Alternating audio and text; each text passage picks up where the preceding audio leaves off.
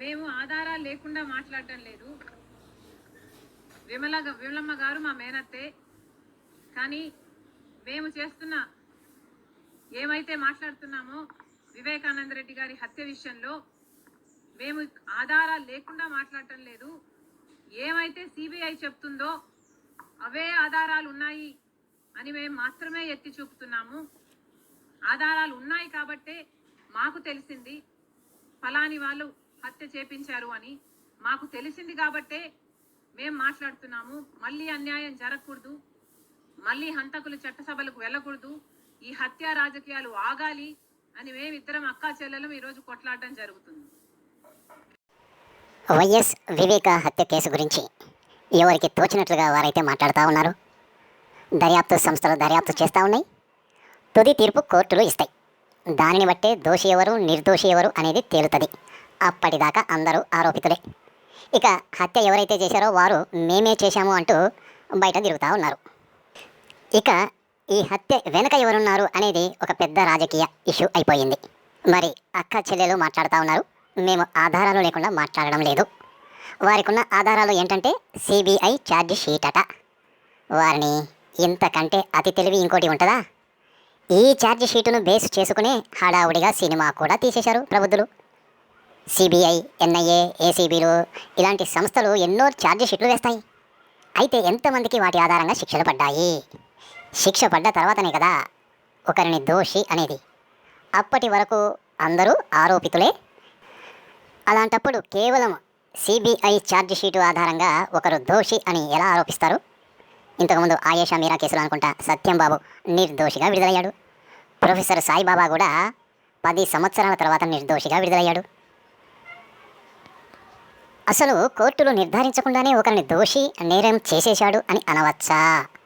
ఈ మాత్రం సోయి కూడా లేకుండా అక్క చెల్లెలు రోడ్డున పడేశారుగా. అవినాష్ దోషి దోషి దోషి అంటూ.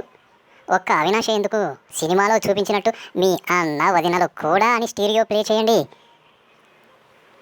వైఎస్ఆర్ ప్రజాస్వామ్య దేశంలో సీఎంగా పాలించాడు. ఒకవేళ రాజరికమే అయ్యుంటేనా ఈ పాటికి అంతర్యుద్ధమే జరుగుండేది జగన్ షర్మిల మధ్య. అస్సలు ఆగలేకపోతా ఉంది. వెంటనే పదవి వచ్చేయాలి అన్నట్టు ప్రవర్తిస్తూ ఉన్నది. ఏదో తెలంగాణలో మొదలెట్టింది సర్లే కానీ ప్రజలు ఆదరిస్తే ఏదో ఒక పొజిషన్కి పోతుంది అని వైఎస్ఆర్ని అభిమానించే వాళ్ళంతా మద్దతు ఇచ్చారు. తీరా ఎలక్షన్ల సమయానికి కాడి పడేసి కాంగ్రెస్లో విలీనం అన్నది. ఇక్కడ విలీనం చేసి తెలంగాణలో పట ఆంధ్రాలో రాజకీయం మొదలెట్టింది అమ్మగారు. తలాతో కాలేని డైలాగులు, తెలంగాణ తెలంగాణ అంటూ మొన్నటి వరకు తెలంగాణ తెలంగాణ అని ఇప్పుడు ఆంధ్ర ఆంధ్ర అంటా ఉంది. నీలకడ లేని మనిషి. రాజరికంలో కనుక పుట్టుంటే ఖచ్చితంగా అంతఃపుర యుద్ధం జరుగుండేది. ప్రజాస్వామ్యం కాబట్టి ప్రజల ముందుకు వెళ్లాల్సిన పరిస్థితి కాబట్టి ఇక తప్పదని అవాకులు చెవాకులు పేలైన 4 ఓట్లు రాబడదామని తాపత్రయం. ఇక వివేక కేసులో కోర్టులు గనక అవినాష్ రెడ్డి నిర్దోషి అని తీర్పు గనక ఇస్తే ఇప్పుడు ఆరోపణలు చేసేవారంతా వారి కుటుంబం పడుతున్న క్షోభకు, మానసిక వేదనకు ఏం జవాబు చెబుతారు? ఎలా భర్తీ చేస్తారు? వారు అనుభవించిన మానసిక వేదనను, పడుతున్న క్షోభను మీరు ఎలా భర్తీ చేస్తారు? సమాజం మిమ్మల్ని క్షమించదు. మీ మేనత్త చెప్పినట్లు, విమలమ్మ గారు చెప్పినట్లు కోర్టు తీర్పు వచ్చే వరకైనా మీరు నోరు మూసుకుంటే మంచిది. అయితే మాకు డౌటే, తిట్టే నోరు తిరిగే కాలు ఊరకనే ఉంటావా అని. ఇక వీరి ఆరోపణలతో రాజకీయంగా దెబ్బ తగిలే పరిస్థితి కనుక ఉంటే ఎదుటి పక్షం కూడా ప్రతి దాడి చేయక తప్పదు. చనిపోయిన వ్యక్తి రాజకీయ నాయకుడు. ఇప్పుడు దాని చుట్టూ ఆరోపణలు ప్రత్యారోపణలు చేసుకుంటున్న వారు కూడా రాజకీయ నాయకుడే. అందరూ కలిసి ఈ హత్యను రాజకీయ లబ్ధి కోసమే వాడుకోవడానికి ప్రయత్నం చేస్తున్నట్టు కనబడతా ఉంది. హత్య చేసిన వారు మాత్రం బయట దర్జాగా హ్యాపీగా ఉన్నారు. అది కొసమెరుపు.